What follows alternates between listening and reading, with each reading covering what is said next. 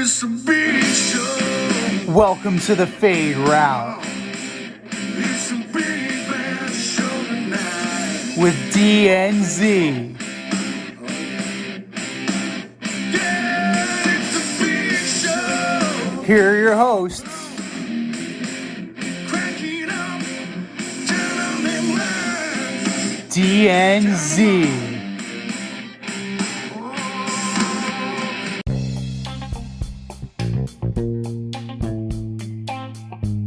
Welcome everybody to this week's episode of the Fade Route with DNZ. I am Z, and we have a great show planned for you.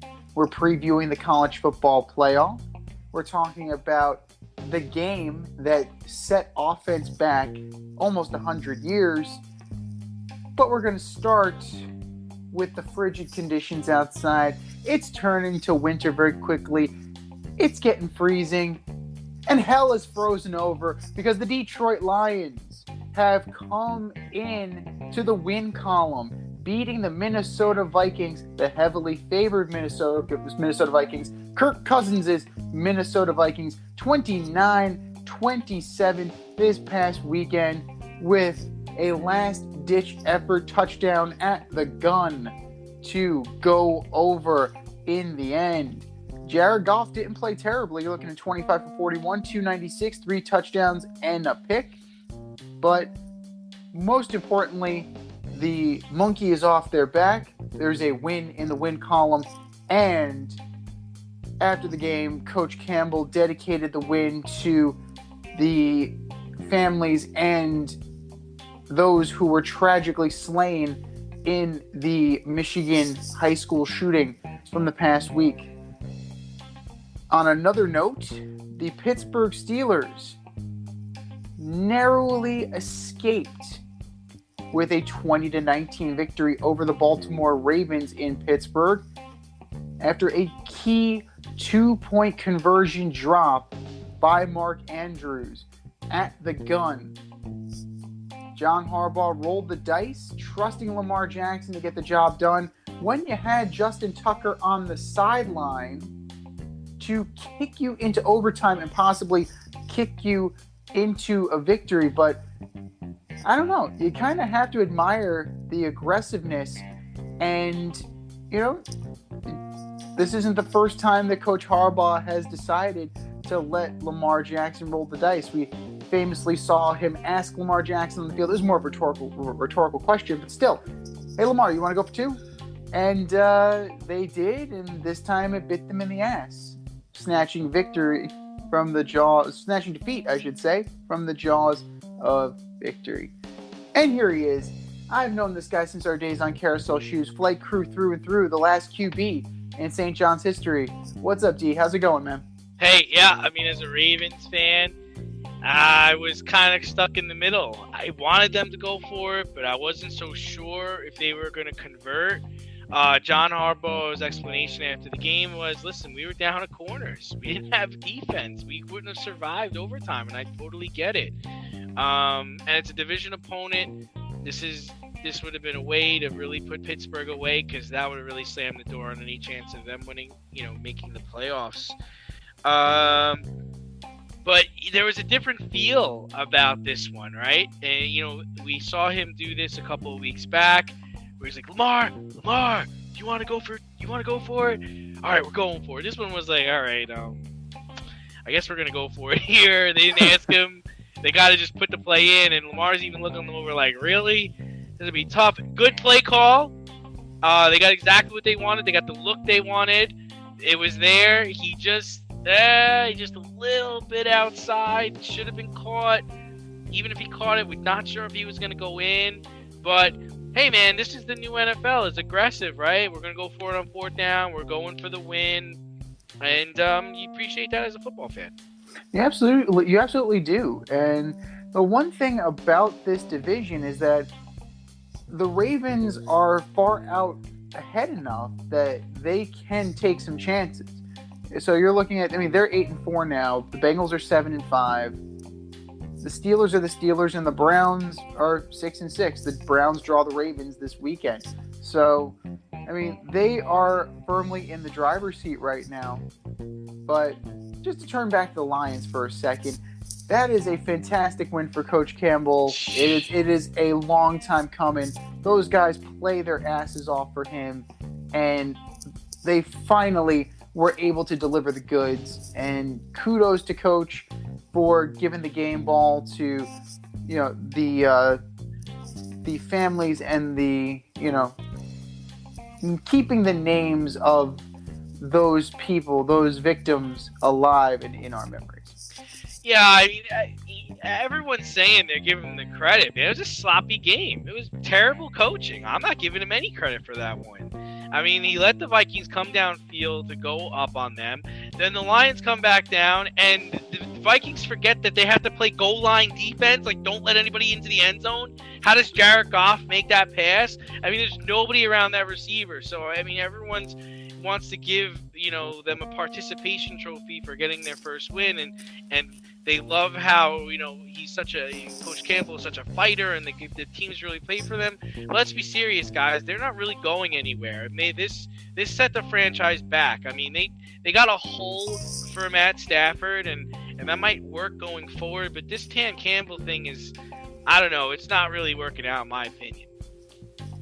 Well, 1-10-1 definitely is something that, bolsters your argument. They're not going to be a championship level team anytime soon. I mean, it's the Lions. They've been digging out for so long that the championship is nowhere near the rearview mirror. So, yeah, but they're playing against teams that aren't. They've been playing against teams that aren't that good. Okay, the Bears are not that good. They should have beat them on Thanksgiving. The Vikings they just beat. They're playing teams that they're not world beaters. Okay, they're not playing the Packers every weekend. So I'm tired of people giving them a pass. These are professional football players. Most of these guys have been with the team through 10 weeks, 11 weeks now. Get your shit together. Get your shit together and win some games. This is a professional football league. Okay. This is not difficult. They have a stud running back in Swift who's hurt now, but he was having a really good year. Jamal Williams has picked up the slack pretty good. TJ Hawkinson is an all-pro tight end. Okay, he's a top 10 tight end. So people stop giving them a pass. They need to win games, and I do. I like Campbell's aggression. I like his attitude, but let's be real. He's making a lot of coaching errors. They could have lost that game last weekend. They won in spite of him. Well, that's the thing, that your talent eventually needs to show up, and talent will overcome coaching errors, as we've seen many times in the NFL, to the point where even with a guy like Aaron Rodgers and Mike McCarthy, we're now kind of separating the two and seeing that Aaron Rodgers covered up a lot of Mike McCarthy's warts when he was in Green Bay. And you're seeing a lot of that exposed now that he's in Dallas. So maybe they are, at 1-10-1, they're definitely not talented. Like, they don't have the cream of the crop talent that's in the league. You say they're professionals only because they're getting paid. In terms of talent, I'm not 100% sold on a lot of these guys. And 1-10-1 will bolster that argument. Jared Goff is finally, rounding into form, which is nice. It only took him 13 weeks for him to finally look like a competitive quarterback again. So we're going to see what this becomes, because they don't have a top flight wide receiver. They let him go to the Giants in free agency. They weren't going to re-sign Kenny Golladay. Rightly so. He's terrible. Yeah, he was. He left last week's game with another injury. He's got awful. This is what you expected, because he was hurt all the time in Detroit too. When he was there, he was great. When he played, he was off the charts. He was very noticeable. But staying on the field is a bugaboo for Kenny Golladay. Who else? If you had Matt Stafford on this team, I said it last week, you probably have 2 or 3 more victories than you do now. So it's not there. The talent level, they're rebuilding. They need more weapons. They need more pieces. But a team that's not rebuilding right now is our own boys in blue. NYCFC is headed to the MLS Cup this Saturday. They knocked off the Philadelphia Union 2-1 in Chester, PA. They now go to Portland to take on the beloved Portland Timbers. Fun fact, the color commentator Ian Joy, he's the color commentator for NYCFC. He retired a member of the Portland Timbers. Nice little nugget of trivia there. So, based on what we've seen from NYCFC, how do you like their chances against the Timbers? I mean, I feel like there's so much at stake in this game. I like their chances. The most important key to victory is not beating themselves. During the regular season, there were a lot of head-scratching moments, and lately they have been playing crisp. So if they can keep themselves from kind of shooting themselves in the foot, they'll be in good shape. And I think a win would be huge for Major League Soccer. I mean, a win by NYCFC will get more people interested in the sport. This is all before the World Cup, which is coming right around the corner, and hopefully propel NYCFC to get a soccer stadium built for their own. Well, hopefully. I mean, it remains to be seen. Like, there's plenty of real estate that can be had. I've been to Yankee Stadium. You've been to Yankee Stadium for an NYCFC match. There really is nothing like it. It's actually better than going for a Yankee game. I don't want to hear anything from you guys. I don't want to hear anything from Yankee fans. It's better as a soccer stadium than it is a baseball stadium. You heard it here first. But as far as keys to victory, like you said, they can't beat themselves. When they're challenging, they got to make sure they're not challenging late. That is the reason why Tati Castellanos missed the Philadelphia game. Got a red card due to the late challenge. James Sands, Mr. Yellow Card himself, he can't seem to finish a game without being in the book. Mr. So, Yellow Card. yeah, rise on, James Sands. So, you got to play smart. You got to play disciplined. And the one thing they do have on their side, they are younger. They have fresher legs. Tati missed last week, so he can provide the pressure. You can go in with a guy like a Talis Magno, only 19 years old. He was the spark in the comeback victory. He scored the game-winning goal, and a lot of it had to do with the pressure he was providing that Hebert wasn't exactly providing when he was in. Ronnie Dahlia right now is keyed in with this team. He's making the right substitutions. He's making the smart plays. Malte Amundsen did not have a good game against Philly. He was out. He played fantastic against New England. Didn't have a good game. They pulled him. Tavon Gray, he needs to step up. Tavon Gray did not have a great game. Didn't have a great game against New England, but he's hobbling around on one leg because he had a really bad cramp, and they were past the sub time. So that one's different. They're missing Tinnerholm. They're missing Keaton Parks, two key cogs to their team. They got to put the pressure on Jesus Medina, Santi Rodriguez. You guys need to support Tati Castellanos with offense. Maxi Morales stepped up last week. It is on you guys this week to make sure that you bring the MLS Cup back home where it belongs, to the Bronx. Yeah, and you know what? And they're playing the darling of Major League Soccer, right? Like, the Portland Timbers is the like success story for Major League Soccer, and NYCFC is trying to write their own success story, because this was a team that everyone was up in the air on how it was going to work out, and I really feel like New York has embraced them. I mean, when you go to these games, there's people in the stands. They have a lot of soccer support, a lot of young people very interested, and it touches all the 5 boroughs. It's not just the Bronx. You have people from Queens that come and make the trip. You have people from Brooklyn, Staten Island, everywhere to see NYCFC, and I really think this would be a big win. I mean, this would be the city's first championship since the Yankees in 2009, right? Yankees in 2009, yep. Because the Giants didn't win in the 2010s, right? They beat the Patriots in 07, and then 11, I think. So yeah, so since yeah. 11, so since 2011. So this is a big deal, and if you and it brings light to the sport, because right now, which is a problem, is during the soccer season, we have a lot going on. We got Jets, we got Giants, we got the Islanders, we've got the Rangers, and this would be able to catapult them to the back page. Absolutely, and it's really like having New York be your champion in a league that is growing in America. Domestically, it is still a growing sport. Globally, soccer is a phenomenon. Globally, soccer is the number one sport in the world.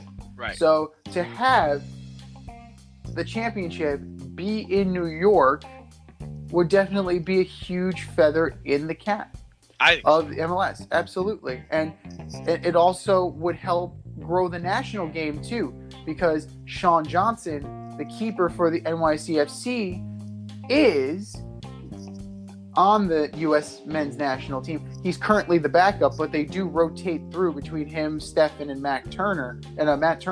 So, he definitely, his presence on this team, along with a guy like Alfredo Morales, who used to be on the men's national team, that really grows it domestically. Absolutely. And it gives legitimacy and credibility to this league on a global level. Avoid messy accidents. Get better stopping power with your brake pads. Callahan brake pads. You never know when you'll be driving in the road and there will be a truck tire that you need to avoid and save your family. Callahan Auto. We really care about what's under your hood. But one of the things that we're also talking about, in addition to soccer right now, as soccer is winding down, so is college football. Michigan has won the Big Ten championship for the first time in school's history. We had Alabama knocking off number 1 Georgia, cementing their status in the CFP. Cincinnati won the ACC title.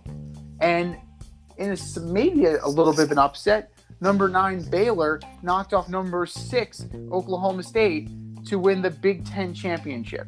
So, D, which game surprised you the most, and what are you looking forward to moving forward? Yeah, I mean, I watched all these games, and to be honest with you, the Baylor-Oklahoma State game, to me, was the best game. I mean, the quarterback for Baylor came out, it was 17 for 17 to start. He was on fire. They took the lead early, and they took it all the way down until the last play of the game. Oklahoma State on the goal line, chance to win the Big Ten championship, called the perfect play. The running back just had to beat the corner to the pylon, and he comes up a yard short. Such a good game. Really crushed Oklahoma State's chances of entering the Big Four. So that was my favorite game. To me, the most surprising was the Georgia game. I thought Georgia was going to throttle Alabama. I think we even talked about it a little bit last week. Georgia came in giving up 10 points per game. 10 points per game. And they gave up 24 points in the second quarter alone. I'm not sure what Nick Saban said to them in Alabama at halftime, but they went on to outscore Georgia in the second half 17-7. That's crazy. And after watching that, I mean, I thought Georgia was dominant all year long. Their defense, their front four get pressure, they plug gaps, they hit people in the backfield. I thought this was going to be Georgia's year. And now, I'm not so sure. I think, to me, Alabama is going to be the team to beat. Cincinnati it's a nice story. They're good, and I'll root for them. I'd love to see the upset. I just don't know if their style of football, especially with all the teams are going to get. I mean, I don't think anybody's playing until New Year's Eve now. Michigan beat Purdue, beat the brakes off Purdue. That wasn't, not Purdue, Iowa. Beat the brakes off of Iowa. That really wasn't much of a game. So for me, I got Alabama going forward. What say you? Well, Alabama, like I said to you in our production meeting on Saturday when we were talking about Georgia and Alabama, they once again asserted their dominance. Like, they're peaking at the right time. Bryce Young doing what Bryce Young does. Their running game is going to, as always with Alabama, running game is going to be critical, as well as their defense. Alabama is the standard of college football.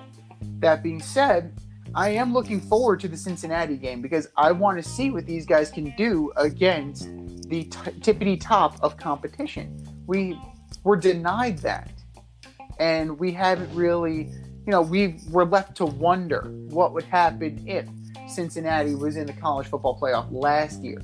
We were wondering what Coastal Carolina could have done last year. Now they have a seat at the table, and they have the opportunity to prove that they deserve to be there. Now, their corners are really good. They can definitely give Bryce Young a run for his money. But Alabama's so deep. It's an NFL team. Like, how many of these guys are going to suit up, whether it's next year or in the near future? How many of them are going to suit up on Sundays? A good majority of them. So we got to see if Cincinnati can not just match Alabama, but also exceed in some places. So you're going to look at Desmond Ridder. Is Desmond Ridder going to be able to outplay Bryce Young? Because he's going to have to. He's going to have to outplay a Heisman Trophy. The Heisman Trophy. Forget candidate. He's the Heisman winner. There's nobody that's gonna touch this kid. I mean, did you see the moxie he had in that last game? The poise he had against the number one team in the nation, the undefeated Georgia Bulldogs, came in there and smoked him. His throws were immaculate. He had beautiful touch on his deep ball. He was eluding pass rushers. Unbelievable. I mean, come on. If you're looking at the last 4 Alabama quarterbacks, or the last 3 Alabama quarterbacks, all of which are currently starters in the National Football League, is he not the best looking one? Oh, without a doubt. And isn't that wild? That's wild. It's just unbelievable how every year Nick Saban gets the cream of the crop of competition. And I was giving him crap this year. I really was, because I do expect that when you have the best athletes, that you should outright win every year. And he's showing, you know what, Damien? Yeah, you know what, D? I'm right. We should win every year. And we're going to win this year because we do have the best players in the nation. Yeah, absolutely. They because of their cachet, because of Nick Saban, because of, at this point, we should just call them NFLU. Or first round U. But we all go into this. We get into this lull, right? For a while it was the U, right? It was Miami was turning them all out every year. Then it was Clemson, right? We had the Sammy Watkins, and we had number 4 who doesn't play for Houston anymore. Like, we had all these guys coming out for Clemson, but through all of that, Alabama has been steady for like the last 10 years. Absolutely. This is what they do. Like, this is what they do. And that is what Nick Saban can sell a parent. That if your son has aspirations of being a first round pick in the NFL draft, come to my school. I'll make it happen, Cap. I'll make it happen. If you want to have multiple championships before you even get that far, come to me. I will make that happen. As far as the other side of the coin, you're looking at Georgia and Michigan. Is that exciting in any stretch of the imagination? I think so, only because Georgia hasn't played a team like Michigan in a while, right? Because Michigan is going to stick to what they do good, right? We're not going to change our game plan. We're going to run the football with our quirky cutback plays. We're going to throw the ball to the outside. Their quarterback's not that great. But the thing about Michigan, and I truly believe this, is outside of Alabama, they might have the best athletes in the country on their team. Not the best football players, athletes. So Alabama's got the best athletes and football players, right? Georgia's probably got the best football players. But Michigan probably is the second best athletes out of these Final Four teams. So what's the recipe for winning? The recipe for winning is we got to keep this game close. Georgia's probably going to look to blow us up early and have us play from behind. So if we could just stay in the game for 4 quarters, they got a chance. They definitely need to muck it up. If it's a defensive struggle, I could definitely see Michigan coming through. You definitely, you need to catch Georgia while they're licking their wounds a little bit, because I doubt they're going to be over what happened in the SEC title game. So, you kind of have to jump on them early, demoralize them, and then you might have an opportunity to make this a laugher. But, if you can't make that happen, muck it up, get it nice and dirty, and you can eke out a victory, especially if Hutchinson can get in the backfield and disrupt the quarterback situation. I think that Michigan can definitely pull out a victory and end up playing for the national championship. Looking to break into broadcast media, web development, social media marketing, or filmmaking? Then CSB is the program for you. From day one, you'll be trained hands-on by industry pros like friend of the show Rob Adams, whose goal is to get you trained and get you working in months, not years. CSB offers 8 and 16-week programs in small class sizes designed to give you the personalized attention you need. If you can make it in person, there are 5 East Coast locations. If you can't, they offer virtual classes too. How great is that? And once you graduate, you become part of the alumni network that gets you to the front of the line. Trust me, I'm an alum myself. Go to gocsb.com today, request more info, set up a studio tour, and who knows, you may very well be on your way to a career in broadcast media. That's gocsb.com and tell them Z sent you. gocsb.com. But another team that eked out a victory, mucking it out in really bad situations, bad conditions, the New England Patriots, the 9-4 New England Patriots, after they set offense back about 100 years, they beat the Buffalo Bills 14-10 on Monday night, imposing their will on the Bills, running the ball at will and only passing 3 times in the game. The ratio is 45 runs to 3 passes in a hellacious wind and a little bit of flurries. So was this game a bigger slap in the face to Buffalo or to the NFL in general? Well, just before I even answer that, everyone's saying it set offense back. I don't think it did. I think what it did was it showed I don't need to throw the ball 60 yards. I don't need to come up with all these elaborate plays. If my team's better than you, I'm just going to enforce my will on you for 4 quarters. You know exactly what's coming, and you can't stop it. And as far as who they slapped in the face, I don't know how you feel about it. I feel like this was a big slap in the face to the NFL. Because if I'm the Patriots, I'm like, okay, you want to schedule us on Monday Night Football in Buffalo. Buffalo hasn't had a Monday Night Football game in God knows how long, especially this late in the year. Okay, no problem. This is a nationally televised game. This is the football game that everybody gets. And what we're going to do is we're going to run the ball 45 times. The most boring offense you can imagine. Our top 16, our top 20 quarterback draft pick is just going to turn around and hand it off for 4 quarters.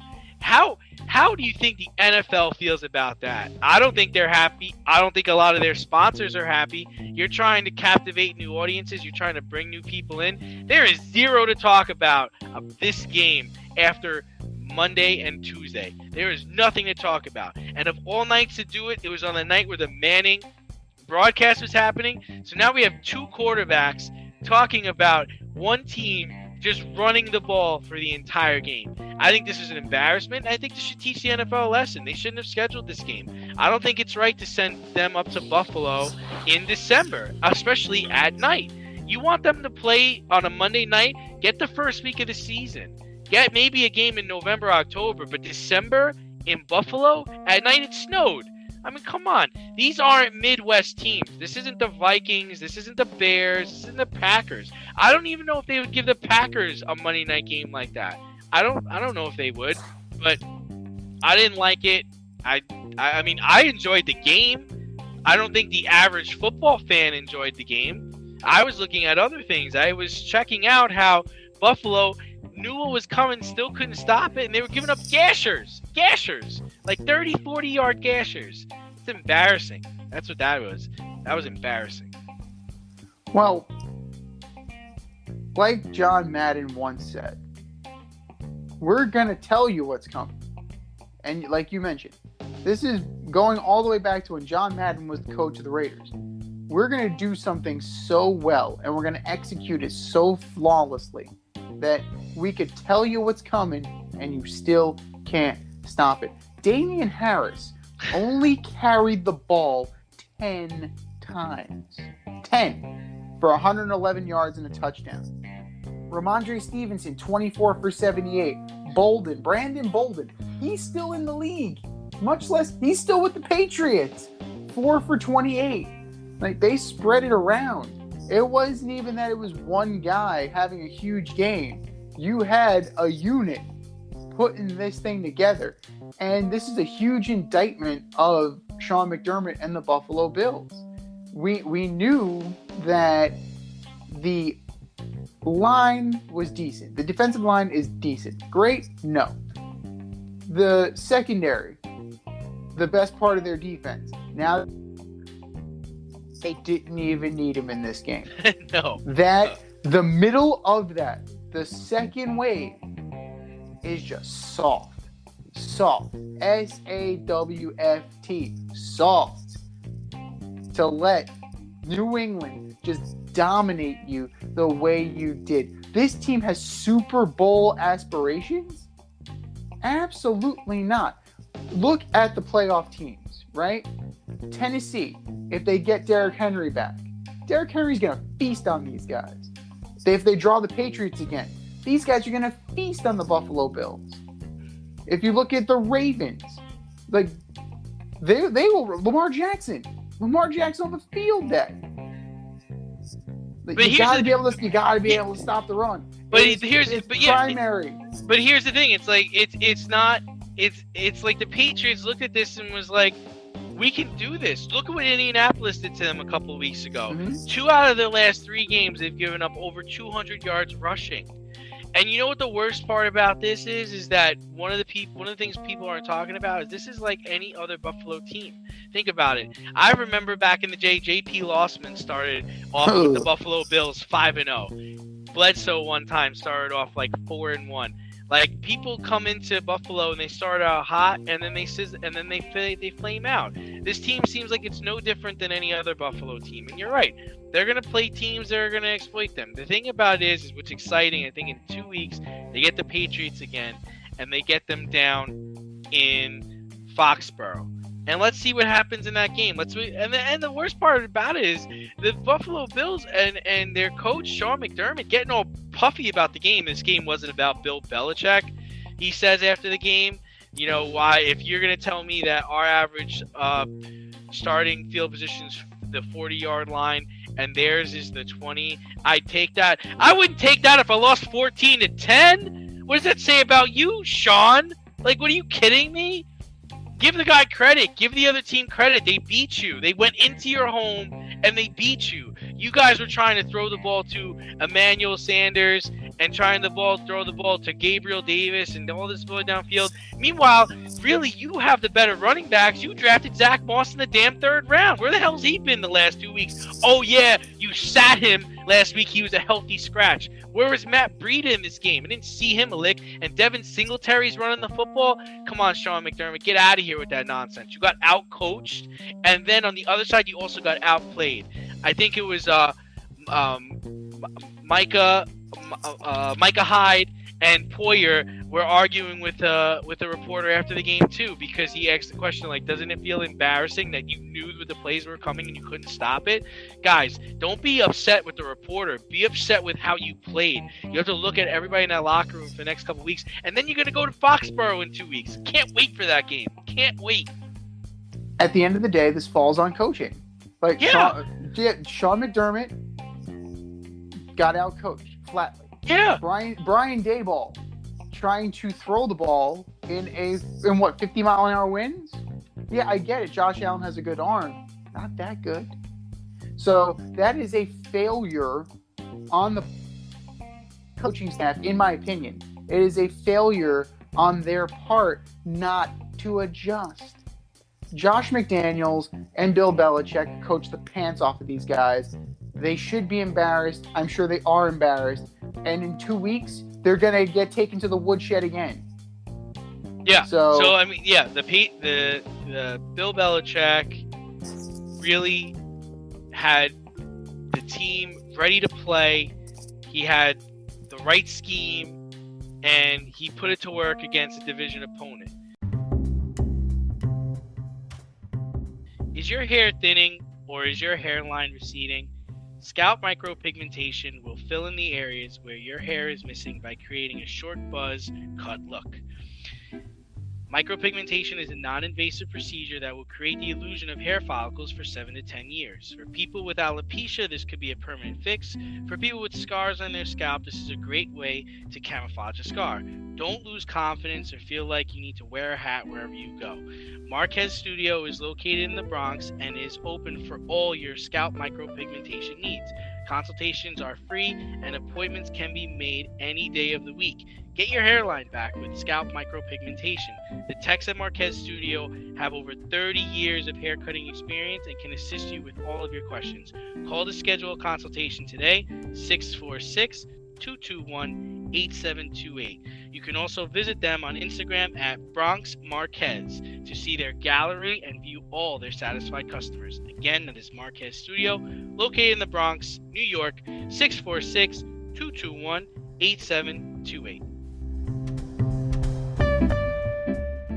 Another team that has some questions going forward in how they're going to manage their team, the Philadelphia Eagles.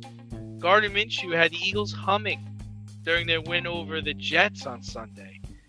Should the Eagles consider keeping Gardner Minshew as the starter after their bye this week? So Minshew went 20 of 25, 242, 2 touchdowns, no picks. So a very efficient performance.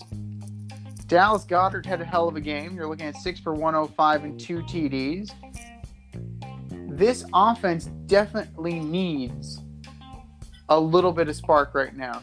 If Nick Sirianni cannot trust Jalen Hurts to throw the ball, you're going nowhere. And if Nick Sirianni is not willing to let Jalen Hurts throw the ball, what does that tell you about Jalen Hurts' future as a quarterback? Or Nick Sirianni's future as a head coach? Yeah, you have to throw the damn ball in this league. You have to be balanced. Well, Miles Sanders had a great game. Careful there. I mean, the Patriots just won a game without throwing the ball at all. Careful there. Here's why. They adjusted to the game plan necessary because of the 50-mile-an-hour winds. You're not playing it in a wind tunnel. So that was an outlier of a situation. If you have normal conditions, that game plan isn't happening. That Bill Belichick was trying to prove a point with that. But in this instance, right, the key to victory is going to be balance and not turning the football over. And Gardner Minshew did just that. And he proved that he was a capable starter in Jacksonville. I mean, what if they decided not to draft Trevor Lawrence and draft somebody else? Like, that would have been fine. Gardner Minshew is a capable quarterback. I mean, I don't like this idea that Gardner Minshew is trash. He's decent. I'm not saying he's great. I'm saying he's decent. He's capable. So definitely ride this as long as you can. When you say decent, compare him to another quarterback that played over the last 20 years. Like, who are you comparing him to? You're comparing him to like a Matt Flynn? You comparing him to like give him better than Matt Flynn. Is he like he's not a Matt Ryan? you don't see No, him that good, right? he's somewhere in the middle. He's not great, but he's not good either. He's not great, but he's kind of in the middle. Probably the one of the better examples is, well, not really. I mean, he's Baker Mayfield without the legs. So like Baker Mayfield runs a little bit more than he does. And Listen, I love Gardner Minshew, even though he rubs people the wrong way. Like he does have a small group of people that dislike him for whatever reason. But think about it. This is a solid pickup by the Philadelphia Eagles, right? For a 6th round pick, which they got back by trading Flacco to the New York Jets. Kind of dumb by Jacksonville, I think, right? Trevor Lawrence is having a brutal season. I'm sure he would benefit from having Gardner Minshew behind him.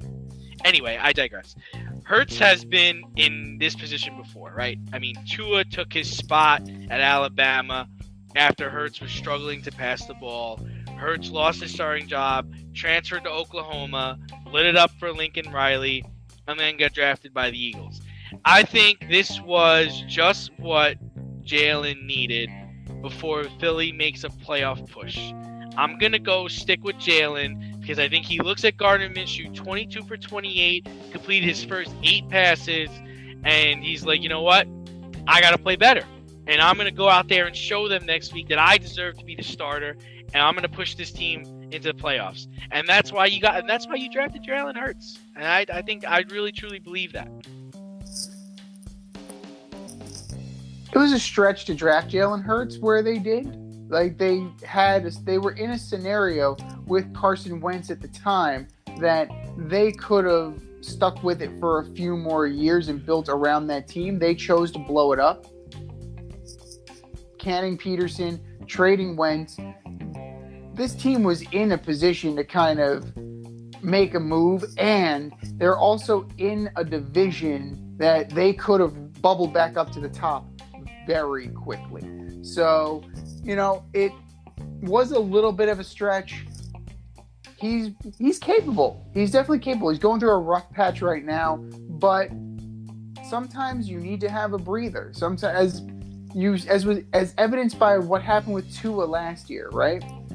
Sometimes you need the veteran to come in, and you need to be able to take a step back. And I think that makes you a better quarterback in the end run because you need that steadying force. And Gardner Minshew, as crazy as he looks sometimes, like he looks like the hybrid of David Arquette and Tom Cruise, but he with that fighter jacket, like he and the handlebar mustache, it was a look. It was a look, man. I'm telling you that. But on the flip side, right? Let's look at the New York Jets for a second. I mean, this is a team with a defensive coach, right? Mm-hmm. The Eagles come in, right, and they're starting a backup quarterback. Regardless, Gardner Minshew he was a starter last year, but for the most part this year, this guy's been a backup quarterback, right? Yeah. And you give up all those points running and passing. The ball only hit the ground 6 times all game. You're supposed to have a defensive background, Robert Saleh. We're supposed to be seeing this team getting better defensively every week. I don't see that. I don't see that at all. And then after losing this past weekend, the Jets seem to be heading towards having the number 4 and number 5 pick in the NFL draft. Experts are considering next year's draft class to be one of the weakest and not the price of admission. With the college season all but done, what should the Jets do with these picks? What should they do with the coaching staff? And what should they do with their general manager? I feel like we ask this question every week. We do. It's because we do. So they're looking at, and this is the sad state of New York football, right? Because it's 4th, 5th, 6th, and 7th. Jets, Giants. That's pretty fucking sad. But you got to give them credit. You got to give them credit. You got to give them credit for the Seahawks trade, though. No, yeah. Well, Jamal Adams is out for the year. They got the Seahawks pick. They got that. Yeah. Joe Douglas fleeced John Schneider. Big Agreed, time. 100%. But then he'll go and make the Flacco move. Like, it's one of those things that, He'll take one step forward, two steps back. Yeah, I mean, flip it. You're What looking if, at 4 and 5. I mean, I don't know. This team is not a player away. It's not 2 players away. Teams know that this draft is weak, so you're not gonna. I mean, I doubt you'll be able to shop these picks as well as you think so, unless somebody absolutely falls in love with somebody at the combine. There's nobody. There's really nothing. Because the Alabama kid's not even coming out this year. He comes out next year. Nope. So realistically, the Jets, like, if you're committed, if Joe Douglas is sticking with Saleh, which he should, like, give him, you need to give him time to really develop and put his culture in. Get his, this draft class was decent. Some of the guys that came out are playing, and they're showing and demonstrating that they can play. So, you got to put some more support around these guys. And with 4 and 5, like, at that point, you're drafting best need available. Like, you're drafting best player. That's the only thing you can do, because I doubt, again, unless somebody gets so enamored with the player, like the Jets got enamored with Zach Wilson last year, that they're willing to trade up and make the Jets day. Well, imagine if the Jets traded their 6th-round pick and had Gardner and Minshew. Mm-hmm. You're telling me they wouldn't have won more games? You're telling me they wouldn't be in a better position than they are right now? I mean, it's hard to look at this. It's hard to look at this, right? Because do you trade Zach Wilson? Right? Is that on the table? Is that an option? If I'm the Jets, I'm trading either the 4 or the 5 for a pick next year, maybe a couple other picks next year, and then whatever pick I'm left with, whether it's the 4th or the 5th, I'm taking the best receiver on the board. I need a playmaker. I need a skilled player. Corey Davis is not the answer. This guy didn't even play much this year. He's already on injured reserve. Goodbye, Corey Davis. That was a terrible signing. Okay? I'm going to go get the top wide receiver. And then with the rest of the picks in the draft, I am going to take defensive and offensive linemen. And then next year, with the pick that I trade for, I'm going to get me a running back. I mean, you look at the kid from Alabama, Najee Harris, who the Steelers took in the 20s. Come on, man. That he's going to be their running back for the future. I mean, he's built like a rock, And then you have a situation where teams might be asked. I know teams, the problem is like you saying, is like the picks that they have, nobody's going to want. And they're in a tough position because the picks are back-to-back. So we'll have to see how it plays out. But you got to imagine someone's going to be interested. They might not give you top dollar, but you got to imagine they're interested. You can't. I don't think you can really pick players at 4 and 5. I think you have to move one of those picks. You definitely do, and it's a question of what team at that point. Do you sell the Seahawks back their pick? Do you call the Rams, who don't have a first-round pick until 2097? Do you call Jacksonville and say, hey, you know what? You're rebuilding. We're rebuilding. I'm willing to talk with you. I'm willing to do something with you. So, if the Giants are in the same boat. They have just as bad of a talent issue, but they they feel like they have more juice to them, at least. The Jets, they feel like they're floundering, but it remains to be seen. Joe Douglas, just based on the fact that he made that trade with Seattle, like, there's a glimmer of hope.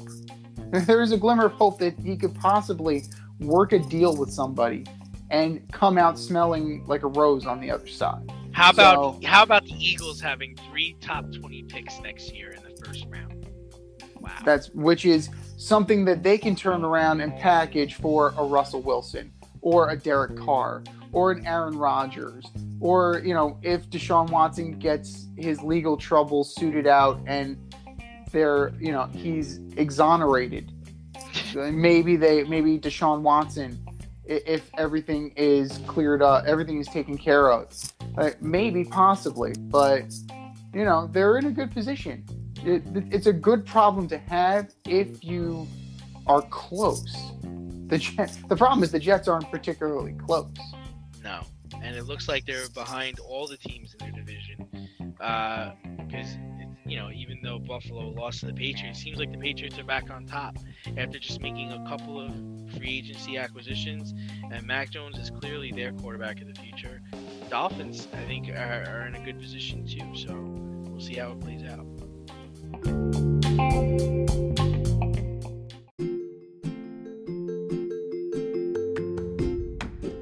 You can't help but smile when you see a balloon. The simplest occasion is a party. Westchester Pop Stars, located in New Rochelle, New York, offers balloon styling and decor for all life's events. Birthdays, anniversaries, weddings, showers, school and corporate events, store openings, or just because. Westchester Pop Stars takes balloons and shapes them into works of art, creating decorative installations for your special occasions. No event is too big or too small, and their custom personalization service is top-notch. Westchester Pop Stars is a private studio, quickly expanding. In-person consultation is by appointment only. Send an email to westchesterpopstars@gmail.com for more information or to schedule an appointment. No need to hire an event stylist. All you need is balloons. Currently servicing Westchester, Putnam, New York City, and Connecticut. To find Westchester Pop Stars, search for them on Instagram, Facebook, or Google.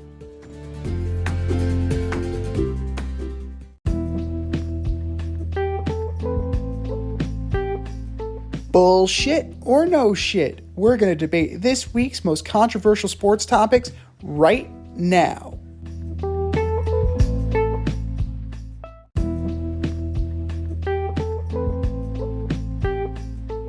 All right, boys and girls, it is time for bullshit or no shit. You know the drill. We have a statement. If we agree with this statement, it is no shit. If we disagree with that statement, it is bullshit. You ready, D? Indeed.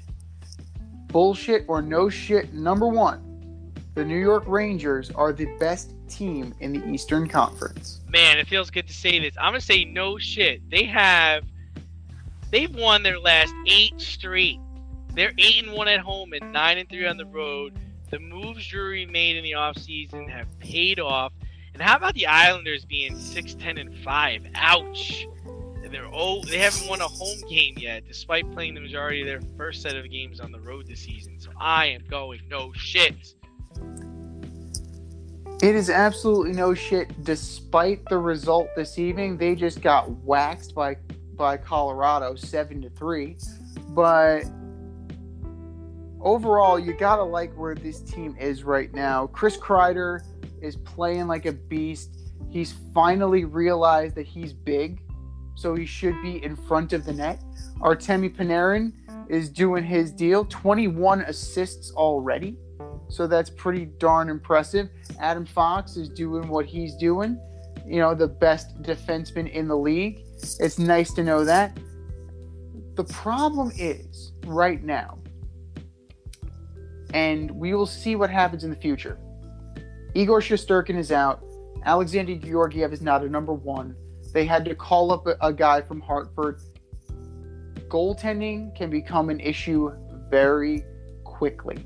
So they need to keep an eye on the veterans. They need to see who is available to bolster that goaltending depth, because Henrik Lundqvist is in the booth now. He's not going to come out of retirement and save your ass. So I like what I've seen. I love the grit. I love the toughness. I love the team chemistry.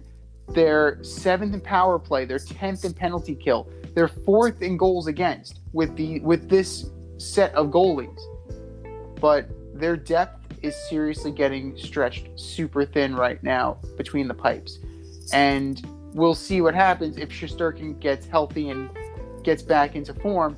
But it's something to definitely keep an eye on. But as a Ranger fan, I am over the moon with how this team has responded to what happened last year, particularly after the Tom Wilson thing.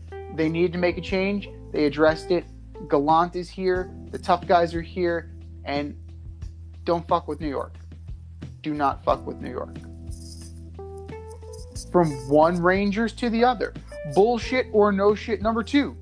despite the big acquisitions, the Texas Rangers will still finish last place in the American League West.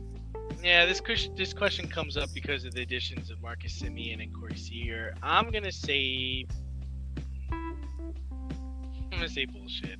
I think they will win between 70 and 80 games and finish fourth, or maybe in fourth. I think Oakland is gonna have a tough time next year with the new coach, learning the Moneyball philosophy. There might be a tough learning curve there. Let's remember the Rangers only won 74 games the first season that A-Rod was there. And I was surprised to see this. He played all 162 games in the 3 seasons he was there. He played 162 games twice, and he played 161 games in one of the seasons. That's pretty impressive for him. Huh. That is surprising. I'm gonna go no shit as well. I don't know. This just doesn't feel like it's going anywhere. For one, we need to figure out the lockout, how long this is gonna be. We need to also monitor what the A's are doing. But it's still not good. Even if you bring in John Gray, like you did. You brought in John Gray from Colorado, he's automatically your ace. Because you're looking at Dane Dunning, Taylor Hearn, Spencer Howard, Glenn Otto. Who are these people? What is going on in Texas? Where are all their players? They used to have a credible rotation, incredible lineup. Now, great, Seager and Semien are there, but I mean, they're looking to deal off Kiner Falefa. I know the Yankees are interested in him. And who's in their outfield? Adolis Garcia? Willie Calhoun? Cole Calhoun? They brought in Cole Calhoun? But it just looks like they are bereft of talent. And with the A's, even if they deal off these guys, it's hard to say that they're not going to have guys in the pipeline. Because that's what the A's do. Like, this feels like it's in their wheelhouse. So I'm going to go no shit that the Rangers are going to have a tough time and probably end up in last. Bullshit or no shit number 3. At this moment, Aaron Rodgers is the MVP of the NFL. Oh. I'm going bullshit. He was not the MVP last year either. To be the man, you got to beat the man. Reigning Super Bowl champion Tom Brady at 44 is leading the league in passing yards and passing touchdowns. His team is 9-3 and in position to finish as a top 3 seed. So my answer is bullshito. Absolute bullshit. It is absolute bullshit that Aaron Rodgers is the MVP of this league. He's a candidate. He's not a runaway dark horse. He's not a runaway horse, I should say. You're looking at Rodgers, Brady. I mean, Kirk Cousins is having a good year. He's 25 touchdowns, 3 picks, 3,300 yards. Even Kyler Murray, you're looking at 19-7, and he missed time. He has 19 touchdowns, 7 picks. He missed a few games. So, all are welcome candidates within the discussion. But for me, like you, Tom Brady is the correct answer. And Aaron Rodgers, you're a worthy candidate. But I don't think you're the guy this year. Sorry.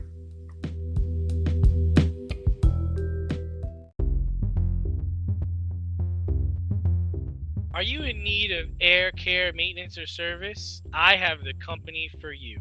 Air Care Technicians. They service the Westchester and Northern Bronx area and can help you with all your heating and cooling, maintenance, and service needs.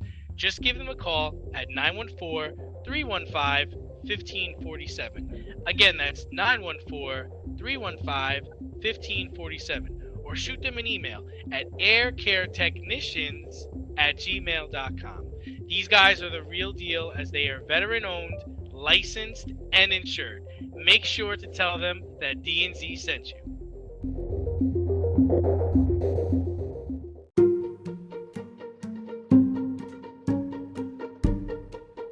The Fade Store presents the Alleged Superstar of the Week Award.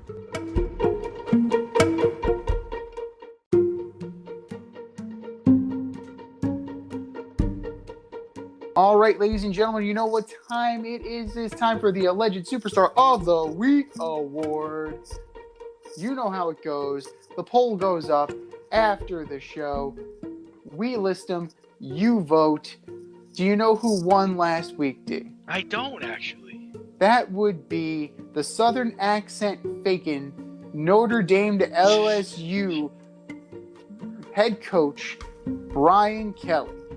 Congratulations, coach. You won the ass. You're an ass. Congratulations. So, once we are done here, the poll goes up on our Twitter page at FadeRouteDNZ. It's open for a week, so make sure you vote. Who are your candidates, D? First up, I have for Alleged Superstar of the Week is none other than point guard of the Portland Trail Blazers, Dame Lillard. Looking for a contract extension while the team is 11-14 and you're shooting less than 40% from the field. Dame Lillard, it's not Dame time, it's you're the Alleged Superstar of the Week time.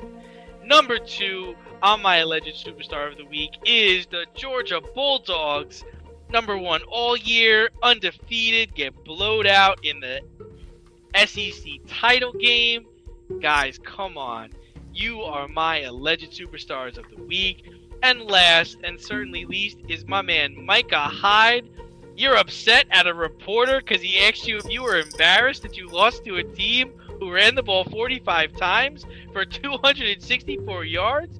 Dude, you want to tell the reporter that you're going to remember what he said? Don't worry, Micah. We're all going to remember what you guys did on Monday Night Football. Micah Hyde, I love you, pal, but you are my Alleged Superstar of the Week. Z, what do you got? All great choices. For me, you went with Micah Hyde. I got the Bills D as a whole for getting the ball run down your throat by the Patriots when you knew the run was coming.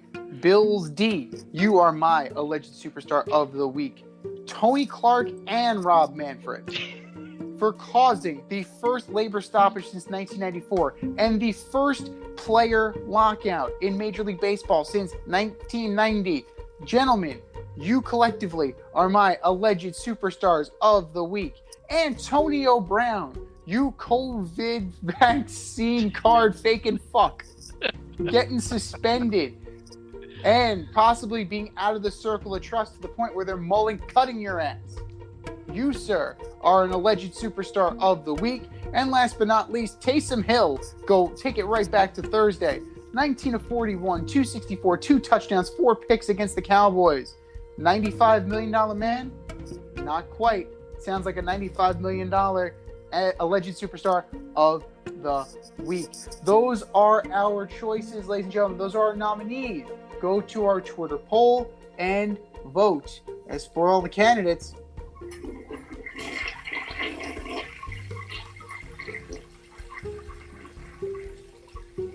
just do better, boys. Just do better.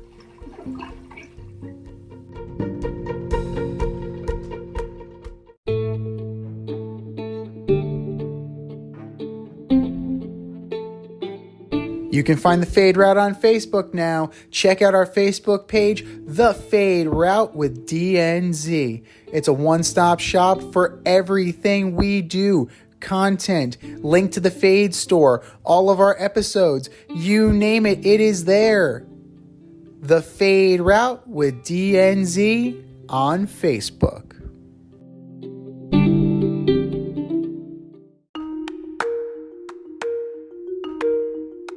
Let's run the option and give you our picks for the week.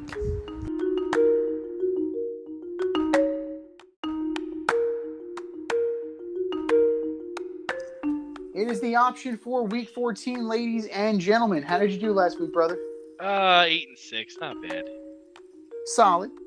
7-7 here, so there's only room for improvement, and definitely improvement from 2 weeks ago. So, hey, we're trending in the right direction. Well, the Steelers jacked me up of eating the Ravens. That was a mess. Yeah, the Vikings, come on, man. The Bengals played like trash. Absolute garbage. And you had You had the Bills. I mean, I had the Bills and you had the Pats. So I also took the Giants. You took the Dolphins. So, we had a few missteps last week. But, hey, 2 of those missteps play each other on Thursday night. You're looking at the 6-5-1 Steelers at the 5-7 Vikings. Who you got? I mean, just based on recent play, I'm gonna go with the Steelers, and I actually picked up Ben to start for me this week at quarterback. So hopefully that goes well. Vikings defense is soft. No Dalvin Cook. No Adam Thielen. No shot. Steelers win. Hope you're right. Sunday. The 8-4 Cowboys at the 6-6 and surging Washington football team. Yeah, I'm taking the football team, man. Just because this game is being played in Washington, and I was listening to Ron Rivera talk lately. It sounds like they understand how teams are playing them defensively, and that's the best part about having a defensive coach. A coach that knows what he's doing. So I'm going with the Washington football team. Good clarifier there. They do. It has to be a qualified thing. You have to know what you're doing, Know not what the just hell you're doing. understand, not just understand defense, but know what the hell you're doing. I'm going to go with the football team as well. They are peaking at the right time. Something's going on with Ezekiel Elliott, and he should be the straw that stirs the drink in the Cowboys offense, but he is not right now. I'm going to go with the football team as well. The 2-10 Jaguars at the 8-4 Titans. Titans roll. Yeah, I mean, the Jaguars are dead in the water, and now it appears that Trevor Lawrence is kind of infighting with the coaching staff because they benched James Robinson multiple times for fumbles, but when Carlos Hyde fumbled, he was put right back into the game. So there's some drama. With 2-10, there's bound to be drama. But I'm going to go with the Titans, and it's not going to be particularly close. The 4-8 Seahawks at the 2-10 Texans. A dog game if I've ever seen one. Oh, the Seahawks. Both teams are really, really bad. Let's just be real here. I'm going to take the Seahawks because they are less bad. The Raiders at 6-6 at the 8-4 Chiefs. How about the Chiefs going from last place to first place in that really competitive division?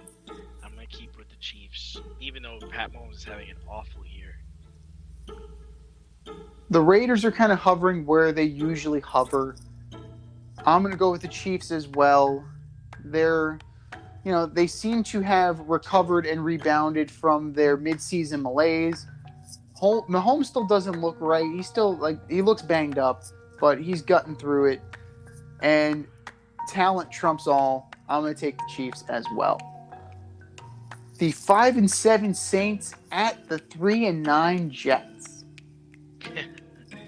Taysom Hill is playing quarterback, so I'm going to actually take the Saints. This is tough. Going off of that performance with 4 picks, it's hard to say that Taysom Hill can be taken seriously as a quarterback. But a measuring stick for Robert Saleh, right? I mean, right? I mean, if you played against Gardner Minshew last week, right? Yeah. This week, you have this guy's not even a quarterback. So, I mean, if you lose this game, that's a problem, right? I would agree. And then, right, you play in the Saints this week. Then next week you get Tua and the Dolphins. But then after that you get Trevor Lawrence and the Jags. You got to win 2 out of the next 3 games. You should. You definitely should, but they're not gonna. I'm taking the Saints in this one too. So I don't even think you want to talk about the Patriots not throwing the ball. I could see Taysom Hill just running at will. Right. Just, Sean Payton's like, well, we could do that too, I think. Yeah, we'll try it. Let's do it. It's a copycat league. I'm just saying.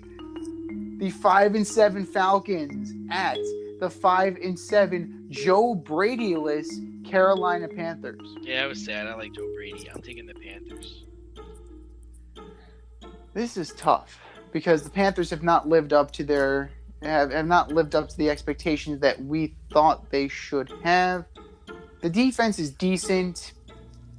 I'm going to go with the Falcons. I just think that, there's a little bit of disarray in Carolina right now, and there's more continuity with the Falcons, even if they're not very good. The 8-4 Ravens at the 6-6 Browns. Oh, Ravens. It's a get-right game. It's definitely a get-right game, and the Ravens are going to pretty handily defeat Cleveland. The 4-8 Giants at the Los Angeles Chargers. We're in the 4 o'clock hour now. I'm going to take the Chargers, even though it looks like they're going to be out with both wide receivers. Austin Eckler will be able to run this right down the Giants' throats. They're trying to get Jake Fromm ready to play, and he's like, guys, I can't start this weekend. So... Can you get Joe Flacco from the Jets? As much as you want me to play, I do not know the playbook, so I'm not playing this weekend. But thanks for picking me up. Thanks for bringing me on the team. Happy to be here. Yeah, so Glennon has a concussion. You have Daniel Jones with the neck. Jake Fromm with the between his ears. He's not ready yet. Logan Ryan is your emergency quarterback. Kadarius Toney played quarterback in high school. Like, what are we going to do here? Is this going to be like a Kendall Hinton situation? Like, this is ridiculous. The Chargers should feast on the Giants. The 10-1 Lions at the 6-6 Broncos. I would take the Broncos. They play good defense. I'm going Broncos as well. It's, it's a more complete team than the Lions, and yet the Lions are just not ready for prime time, as we've seen over and over again. Potential to be the game of the week here. 425. 49ers at 6-6 going into Cincy to take on the 7-5 Bengals. Joe Burrow's got a bad finger, and they played like trash last week, so I'm going with the 49ers. This is tough because this is definitely more about the running game. Who's going to have a better day on the ground? And I'm going to go with Joe Mixon. I think that the Cincinnati Bengals are going to pull this one out, and it's going to be a pretty good game. Bills at Bucks. I'm taking the Bucks. Bills got exposed. They're down Tre'Davious White. The Buccaneers should win this one pretty easily. Your Sunday night game of the week. They probably should have flexed out of this one, but it is a rivalry game. The 4-8 Bears at the 9-3 Packers. Packers.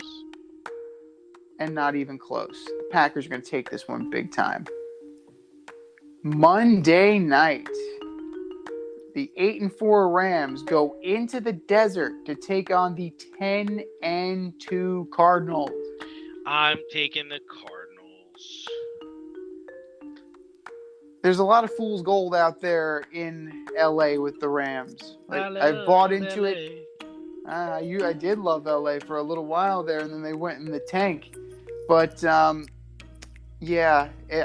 think that the Cardinals are going to keep it rolling, and there's no answer for it out in LA as to what's going on.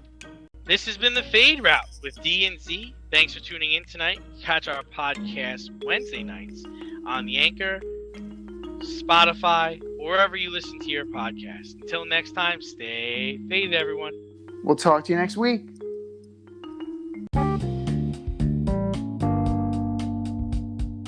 If you want to get in on the action, we want to hear from you. Hit us up at Fade Route Podcast on IG, faderoutemail@gmail.com, or slide in our DMs at Twitter at FadeRouteDNZ. Questions, comments, picks, segment suggestions, you name it. We want to hear from you.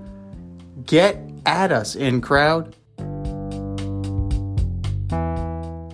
Thanks for listening to this episode of our podcast. If you like what you heard and want to hear more, be sure to like and subscribe on your favorite podcast platform. Rate us 5 stars, leave us a review, turn on subscription notifications, and tell your friends. Spread the word, spread it wide.